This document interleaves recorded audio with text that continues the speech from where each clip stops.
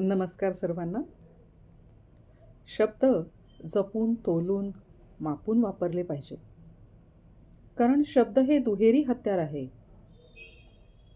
शब्दांमधून एखाद्याचे जीवन घडू शकते किंवा बिघडू देखील शकते. म्हणजे चांगल्या शब्दाने एखाद्या व्यक्तीचे जीवन संपूर्णरित्या सफल होऊ शकते आणि त्याच व्यक्तीवर किंवा दुसऱ्या व्यक्तीवर जर का वाईट शब्दांचा मारा होत असेल, तर त्याचे जीवन बिघडू देखील शकते. हे आपल्या सर्वांना माहीत आहे. मग आपण आपल्या स्वतःच्या बाबतीत शब्द जपून वापरतो का हो? हा आत्ताचा विषय आता तुम्हाला कळलाच असेल. आपण बाहेरच्या जगातल्या लोकांशी जेव्हा संवाद साधतो, अ, तर त्याचे प्रमाण जर का तुम्ही मोजले किंवा त्याचा वेळ जर का तुम्ही मोजलात आणि आपण स्वसंवाद जो साधत असतो, म्हणजे आपण स्वतःच्या मनाशी किंवा स्वतःशी जे बोलत असतो, त्याचे प्रमाण आणि त्याचा वेळ जर का बघितला, तर तो नक्कीच जास्त आहे. तो खचितच जास्त आहे. आपला स्वसंवाद हा चालूच असतो. तो कधीही म्हणजे मला वाटत नाही, की तो बंद होतो. तो चालूच असतो. आपण सतत आपल्या मनाशी हितगुज करत असतो आणि त्या हितगुजाला देखील एक भाषा आहे. भाषा आली म्हणजे शब्द आले. शब्द आले म्हणजे ते विचारपूर्वक वापरण्याची वेळ आली. पण आपण असे करते का हो? करतो का आपण असे? आपण बाहेर जेव्हा बोलत असतो समाजामध्ये, म्हणजे आपल्या नातेवाईकांशी, आपल्या कलीगशी ऑफिसमधल्या किंवा आपल्या बॉसशी, कुठे आपण बाहेर खरेदीला गेलो, तिथे दुकानदारांशी, भाजीवाल्यांशी, आपण त्यांच्याशी बोलण्यापूर्वी अनेक वेळा बऱ्याच वेळेला आपण विचार करतो, की मी इथे बोललं तर त्याचे काय परिणाम होतील? मी इथे बोलणे हे योग्य आहे किंवा नाही? मी हे बोलल्याने त्याचा काही वाईट परिणाम तर होणार नाही ना? आपण खूप वेळेला याचा विचार करून मग शब्द वापरतो किंवा बोलतो. परंतु स्वसंवाद करताना आपण कदाचित एवढा विचार करत नाही, होय ना? आणि आपण स्वतःबद्दल स्वतःशीच बोलताना बऱ्याच वेळेला नकारार्थी शब्दांचा आपण वापर करत असतो. मन खच्चीकरण होईल अशा शब्दांचा, मनाला क्लेश होईल अशा शब्दांचा आपण वापर करतो का आपल्या संवादात? याचा नक्कीच उहापोह झाला पाहिजे. म्हणजे आता तुमच्या लक्षात आले असेल, की मराठीमध्ये एक वाक्प्रचार आहे टोचून बोलणे. म्हणजे दुसऱ्याच्या मनाला लागेल असे बोलणे. हे आपल्या आजूबाजूला समाजामध्ये म्हणजे इतरांकडून किंवा आपल्याकडून देखील बऱ्याच वेळेला घडत असते. परंतु आपण स्वतःशी बोलताना देखील या वाक्प्रचाराचा अर्थ लक्षात ठेवला पाहिजे. आपण इतरांशी बोलताना कसं आपण जाणीवपूर्वक विचार करतो, की मी हे बोलल्याने समोरच्याला वाईट नाही ना वाटणार? तर आपण स्वतःशी सुसंवाद साधताना देखील आपण स्वतःला टोचून बोलणे, रागावून बोलणे, म्हणजे स्वतःच्या नशिबावर म्हणा, स्वतःला हिणवून बोलणे टाळले पाहिजे. मग आपण कुठल्याही वयातील व्यक्ती असो, आपल्या मनाला ह्या वेदना होतच असतात ना. म्हणजे असं नाही, की लहान मूल आहे म्हणजेच त्यांचं मन कोमल आहे आणि म्हणून त्यांच्याशीच आपण चांगल्या पद्धतीने वागलं पाहिजे. मला असं म्हणायचं त्यांचं मन तर कोमल आहेच, परंतु आपण जरी मोठे झालो, तरी आपल्या मनाला देखील वेदना होतच असतात. जर समोरचा आपल्याला काही बोलला, तर आपण कधी-कधी दिवसेंदिवस आपण त्याचा विचार करत राहतो, की हा मला असा का बोलला? मला हे असे दुःख माझ्या वाट्याला का आले? मला हा असा घालून पाडून का बोलला? परंतु जेव्हा विचार करा, जेव्हा आपण आपल्या स्वतःच्याच मनाशी असे घालून पाडून बोलतो, त्याची किती कोंडी होत असेल? जेव्हा आपण आपल्याच विचारांमध्ये त्याच्याशी नकारात्मक किंवा नकारार्थी संवाद साधत असतो. त्याला घालून पाडून बोलतो आपण आपल्या मनालाच. बघा बरं. जरा विचार करून, की आपण असं किती वेळा करतो दिवसभरामध्ये, 5 मिनिटामध्ये, 10 मिनिटामध्ये, अर्ध्या तासामध्ये आपण किती वेळेला आपल्या स्वसंवादामध्ये सकारात्मकतेची भाषा वापरतो आणि किती वेळेला आपली ही भाषा स्वतःशी बोलण्याची जी आहे, ती नकारात्मक असते. बऱ्याच वेळेला आपण असा विचार करत असतो, की मी हे करू शकत नाही. म्हणजे हे पण नकारार्थी वाक्यच झालं ना. "ये मेरे बस की बात नहीं." हे माझ्याच्याने होणारच नाही. या वेळेमध्ये, "नाही रे बाबा, हे शक्यच नाही. हे माझ्या कॅपॅसिटीच्या पलीकडचे आहे." किंवा अगदी ठामपणे, "मला हे करायचेच नाही. मला हे शक्य नाही. माझ्याकडे ती क्षमताच नाही. मला ही गोष्ट करायला आवडत नाही." माझ्याशी सगळेजण असेच वागतात, तसेच वागतात. देवाने माझ्याच नशिबात असे लिहून ठेवले आहे काय? माझ्याच नशिबात काहीतरी खोट असेल, मीच काय पाप केले आहे, माझ्याच सोबत असे काय होते, माझ्याच कर्मामध्ये असं काही लिहिलेलं आहे का? किंवा माझीच कर्म ह्याला रिस्पॉन्सिबल आहेत का? इत्यादी अनेक वाक्यांचा भडीमार, निगेटिव्ह वाक्यांचा, नकारात्मक वाक्यांचा भडीमार, शब्दांचा भडीमार आपण आपल्या नाजूक कोमल मनावर सतत ध्वनींच्या माध्यमातून करत असतो. आणि या आघाताला आपले मन, कोमल मन सामोरे जात असते. तुम्ही म्हणाल, की आता इथे मी सारखं कोमल मन असं का म्हणतीये? तर मगाशी म्हटल्याप्रमाणे माझ्या मते फक्त लहान मुलांचे मन हेच कोमल नसते, तर प्रत्येक व्यक्तीचे मन हे मृदू आणि कोमल असते.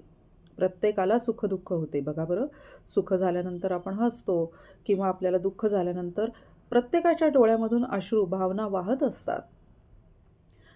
त्याचे प्रमाण आनंदाचे किंवा दुःखाचे प्रमाण हे कमी जास्त असेल, परंतु भावना या प्रत्येकाच्या मनामध्ये असतातच. त्यामुळे मला नेहमी असे वाटत आले आहे, की किंवा वाटते आहे, की अगदी मोठ्या व्यक्तींचे मन देखील कोमल असते. आणि म्हणून आपण स्वसंवाद साधताना, आपण कुठल्याही वयातील व्यक्ती असलो तरी स्वसंवाद साधताना आपण आपल्याच मनाशी बोलताना आपले शब्द हे जपून वापरले पाहिजेत. कारण जसं दुसऱ्याच्या बोलण्याने आपल्याला वाईट वाटू शकतं, तसं आपल्या स्वतःच्या बोलण्याने, आपल्या स्वतःच्या निगेटिव्ह शब्दांनी देखील आपल्या मनावर हे नकारार्थी आघात हे होत असतात. आणि आपण अतिशय वाईट पद्धतीने बऱ्याच वेळेला या शब्दांचा भडीमार करत असतो. आणि जेणेकरून आपण आपले स्वतःचेच मन दुखावतो. तिथे म्हणजे समोरचा कोणी येईल आणि माझे मन दुखावून जाईल, याची काही गरजच पडत नाही.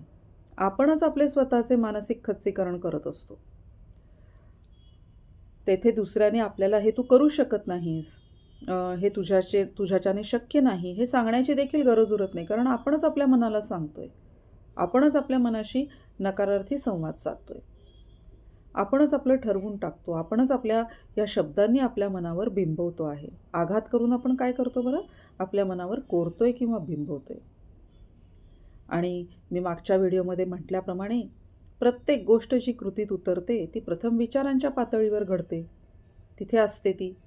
मग आपण त्या विचारांच्या पातळीवरच जर का नकारार्थी विचार आणून ठेवले आणि आपली असलेली क्षमता देखील आपण यावेळेला अशा वेळेला गमावून बसतो असं नाही का तुम्हाला वाटत?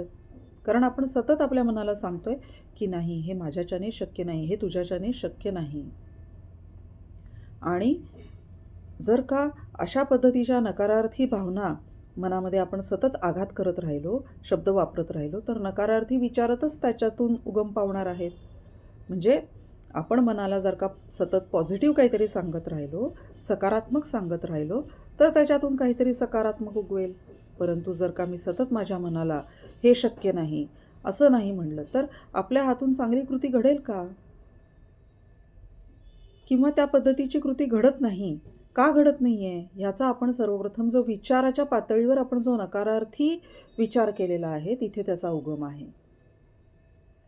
आणि त्याच्यामुळे जर का आपल्याला आपल्या हातून काही चांगली कार्य घडायची असतील, आपली काही उद्दिष्ट साध्य करायची असतील, प्रत्येकाला आयुष्यातली छोटी-मोठी उद्दिष्ट असतात, अगदी दररोजची असतात, आपल्या लाँग टर्म लाईफमधली असतात, ती उद्दिष्ट साध्य करायची असतील, प्रोफेशनल लेव्हलची असतील, पर्सनल लेव्हलची असतील, अगदी छंदाच्या लेव्हलची असतील, कुठलीही तुमची उद्दिष्ट, फायनान्शियल उद्दिष्ट असतील, ती जर का आपल्याला साध्य करायची असतील, तर ती स्वसंवादातून साध्य करण्याची ताकद ही आपल्या शब्दांच्या माध्यमामध्ये आहे.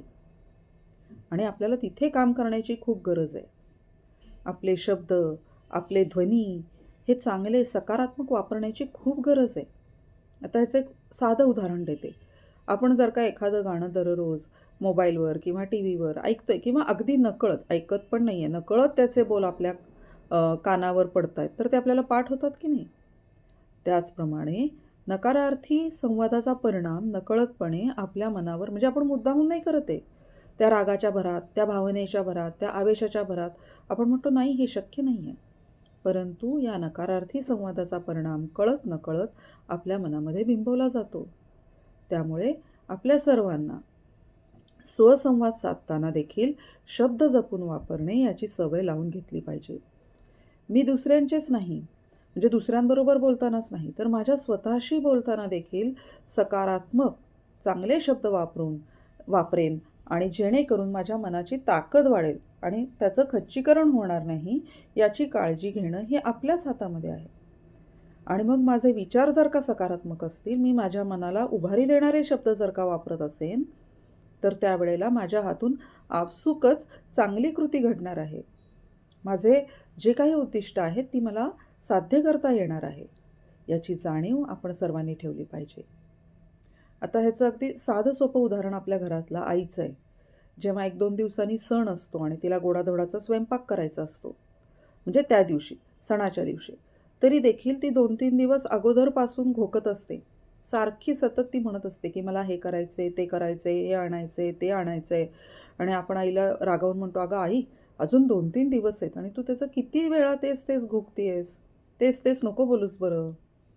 परंतु ती त्यावेळेस आउटस्पोकन होऊन म्हणजे कदाचित स्वसंवादाच्या पातळीवर देखील ती आपल्या मनाला सांगतेय, परंतु ती बऱ्याच वेळेला आउटस्पोकन होऊन बाहेर मोठ्यांदी बोलून देखील स्वतःच्या मनाला एक सूचना देत आहे, की तुला 2 दिवसांनी ही कृती करायची आहे.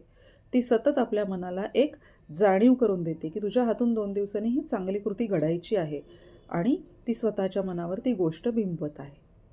याच पद्धतीने मला असे म्हणायचे आहे, की आपण सर्वजण आपल्या मनाशी उत्तम प्रेमाने जर का आपण संवाद साधू शकलो आणि आपल्या मनाला हे पटवून देऊ शकलो, की जगात अशक्य अशी कुठलीच गोष्ट नाही आहे.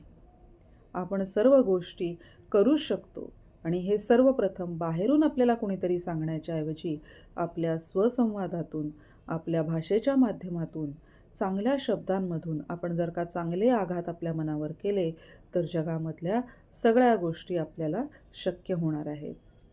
मला वाटतंय आजचा विषय जो मला इथे मांडायचा होता, तो तुमच्या सर्वांच्या लक्षात आला असेल. धन्यवाद.